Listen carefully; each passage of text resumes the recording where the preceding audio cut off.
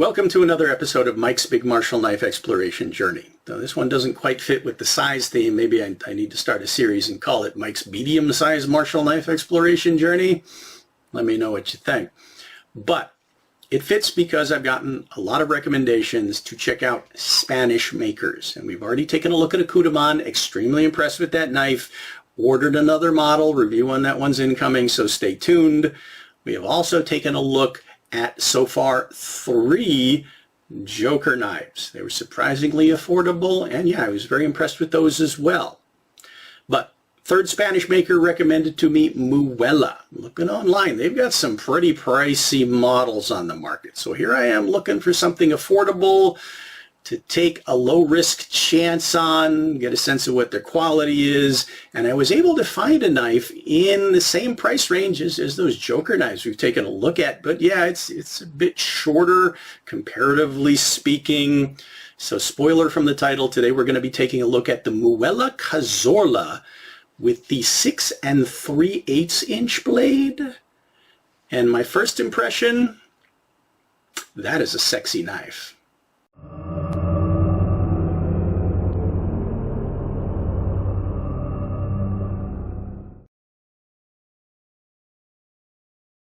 Out of the box edge. Shaving sharp? Yes. I'm going to be making a lot of comparisons going forward to the Joker knives we've taken a look at because, again, you've got one of these very light, hollow ground, Spanish-style Bowie blade geometries. And also, I think, same steel. Now, it says it's MOVA.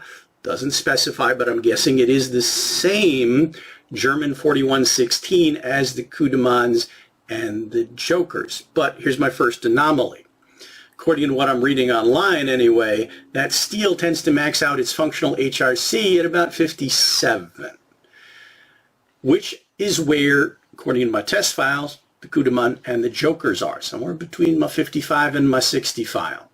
However, my 60 file could not cut this blade. 65 could, so somewhere between 60 and 65.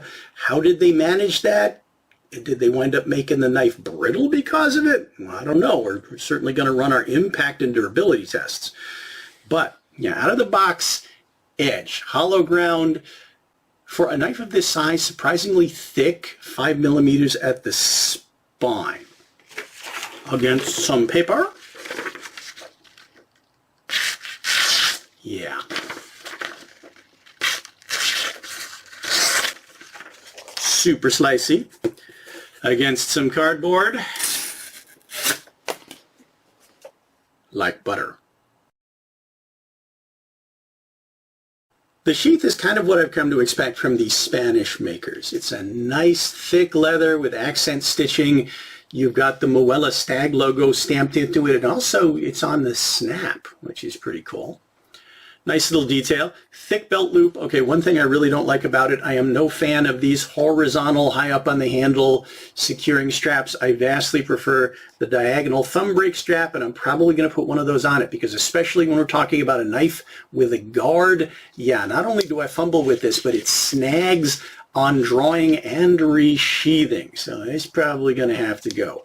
Otherwise, the fit's just fine. Not too tight, not too loose. It draws smoothly. We'll talk about that in carry and handling. So I'm going to say the sheath, nicely detailed, okay, but yeah, no fan of that.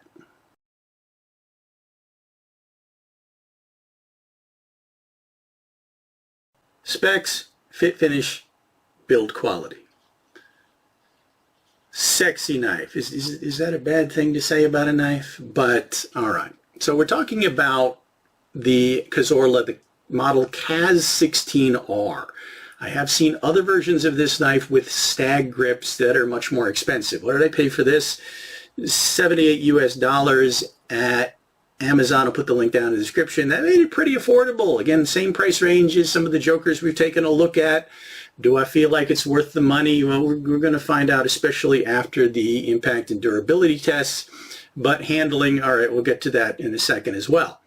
Now, yeah, it's a bit on the shorter side compared to some of the other knives we've looked at, and the lighter side. So blade length on this, I'm measuring at 6 3/8 inches, 16 centimeters. It is 1 1/8 inch or 3 centimeters wide, and as mentioned, its spine is an impressive 5 millimeters thick. The grip, if I'm measuring the inside point to point, that's 4 inches, 10 centimeters. Overall length, 11 inches, 27.5 centimeters. Now, weight. This is where things get very interesting. Only 6.5 ounces, 184 grams, stunningly light. In hand with a point of balance, it's right there on the guard. Do you know what this reminds me of feel-wise? Well, one thing it reminds me of would be a Fairbairn Sykes. We'll talk about that in Marshall handling. But, okay, build quality. I would say a better finish than the Jokers we've taken a look at in terms of this brushed finish. Lines are very clean. Now it's got a hell of a clip point on it, but yeah, it's not sharp on the back. Am I going to try to sharpen it? Maybe, probably, I don't know. We'll see. That's a lot of steel I would need to remove. But you do have a nice space at the base of the edge if you want to get your index finger ahead of the guard for close work. We'll talk about that in handling and utility use. Guard does have that same kind of wide guard that the Jokers that we've looked at had. The gap where the blade goes through, it's pretty tight. There's a little bit of space visible in there, which also tells me the tang is probably about 1/2 inch wide. Now again, we're talking about one of these rat tail constructions, or in this case again, a mystery rat tail construction. This is a pack of wood, a laminated wood grip. It is nicely finished. Everything is rounded and curved, flared and swelled and everything. In hand, yeah, we're definitely going to talk about this in handling. First picking this knife up in hand, it feels so awesome. But we'll get back to that. Construction again, yeah, there's no visible tang, no seams. I'm assuming some kind of rat tail, but again, I don't know how long. It certainly doesn't come out the end. There is a hole here with a hollow rivet through it for a lanyard. Is that the end of the tang? Is that what's holding it all together, or is the tang actually shorter? I won't know unless it comes apart on me. So hopefully not a to be continued, but we'll see. But let's go ahead and I'll run it through my usual battery of impact and durability tests because, yeah, this is a very sharp, a very keen blade, very light. Certainly lighter and smaller than a lot of the other knives we've been looking at recently, and I don't know how it's put together. So let's see how it does.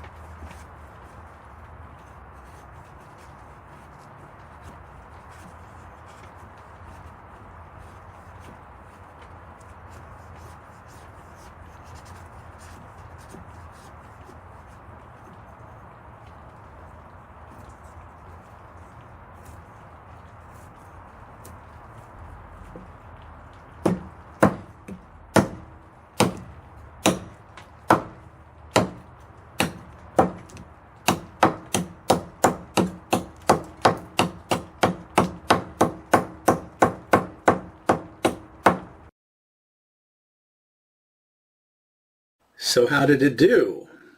Well, definitely, shall we say, punching above its weight. Thrusting and stabbing into my pel, which is several layers of thick cardboard backed up by a couple of inches of compressed brown paper backed up by wood. Yeah, penetration was really impressive. Remember when I said this reminded me a bit of a Fairbairn Sykes stiletto? Yeah, it's very stabby. and very comfortable doing so. Didn't get any uncomfortable bite or kickback, and yeah, no tip roll or anything like that. And I thrust in my usual foregrip orientations, forward and reverse grip with the blade facing away from me and the blade facing towards me. Worked really well in all four. So moving on to one of the tests I was worried about, the bamboo test. It's an abusive test. I'm seeing if I can intentionally induce a chip or a roll in a fragile edge. Now you might notice it looks a little bit different this time. We are in the 6 months of dark and rainy, so I'm having to figure out my way around the test that I normally do outside. So I had to set the camera up under the cover of my my back patio and shoot it a bit long at a weird angle. So that's what you're seeing. You're also seeing that in the wood chopping and carving test. Yeah, I'm having to shelter, if not me, at least the camera. But yeah, came through the bamboo test, and I was a little hard on it. Not a scratch, nothing. Edge is perfect. So on to utility tasks. Now I also cut up some cardboard with it. Had to make some repairs to stab him.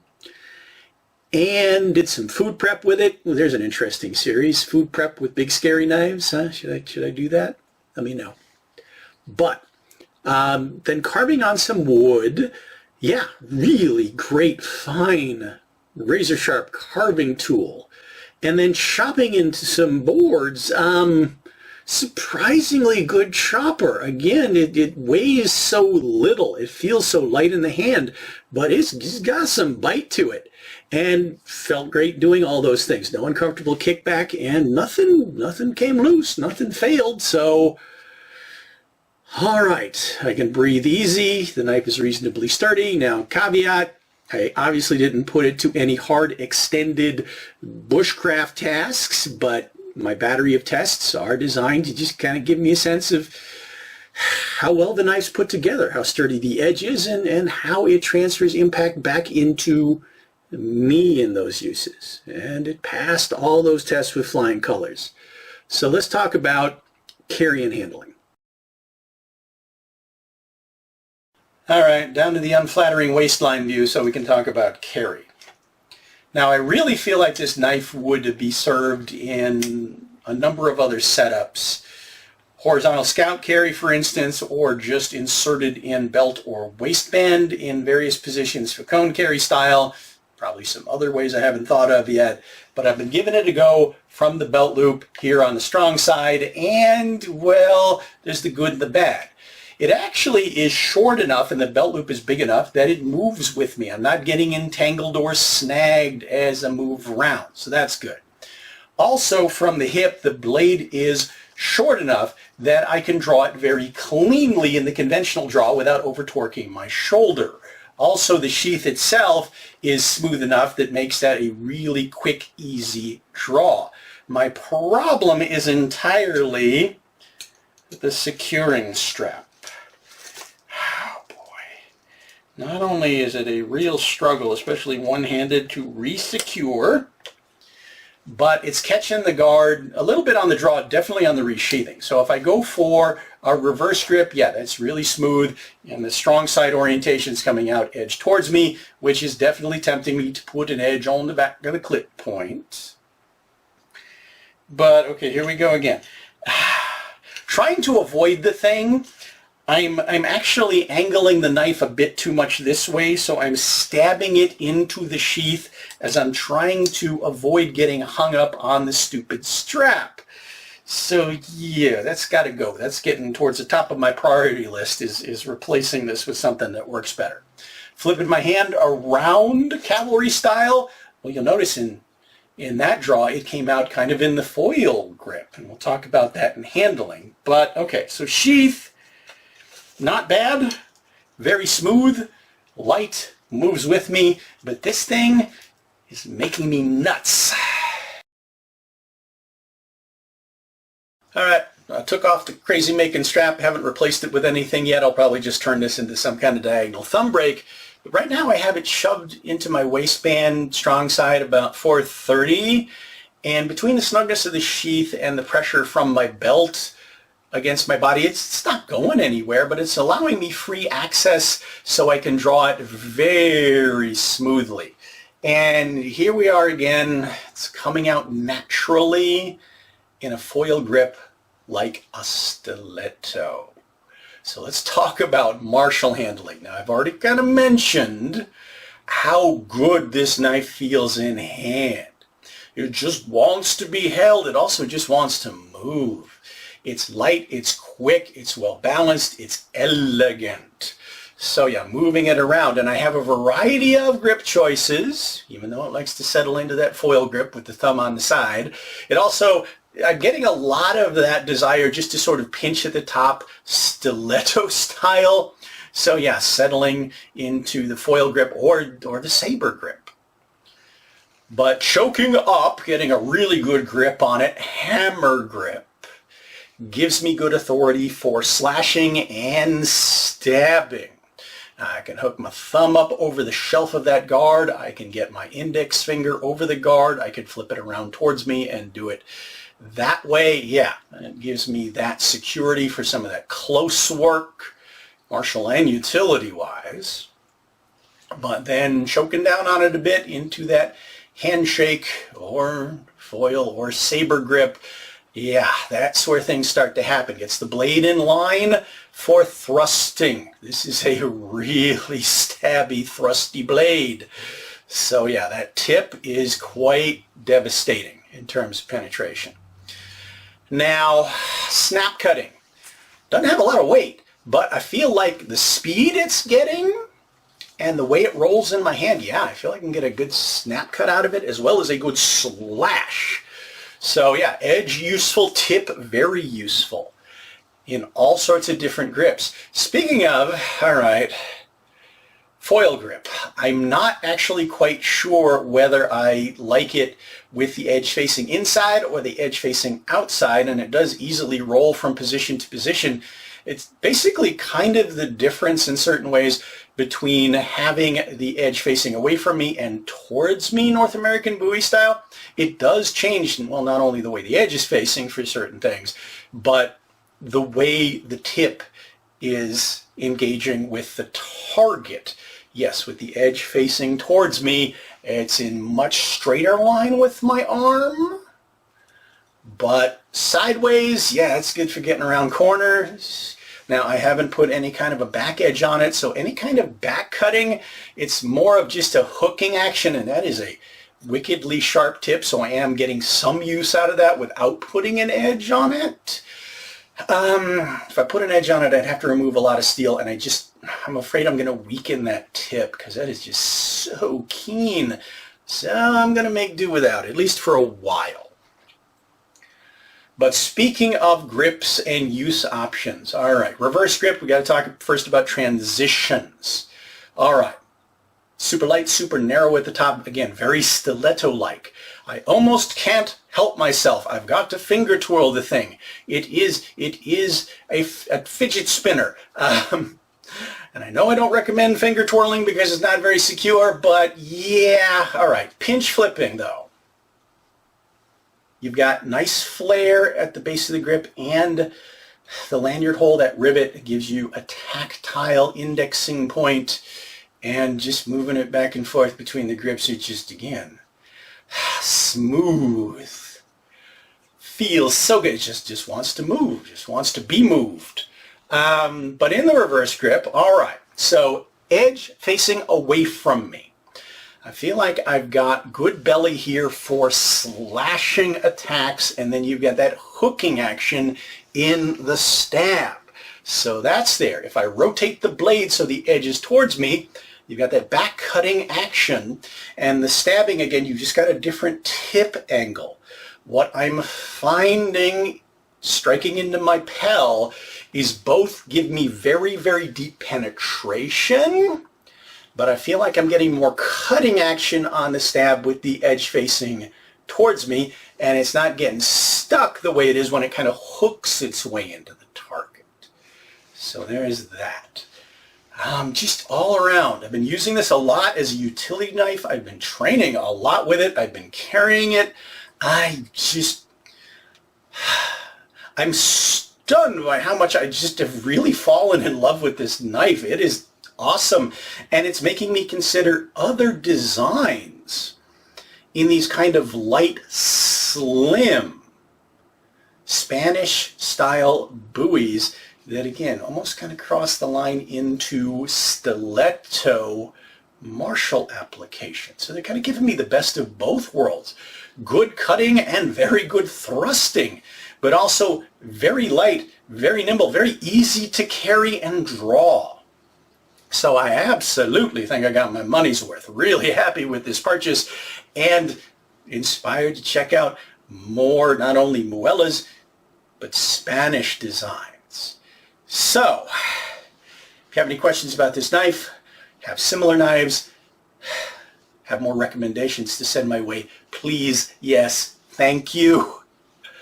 And as always, until next time, thank you all so much for watching, following my journey, subscribing to the channel, liking the videos, adding to our conversation, and I hope to see you back for, well, we got a Cudamun to look at next. After that, I'm not sure where this is going yet.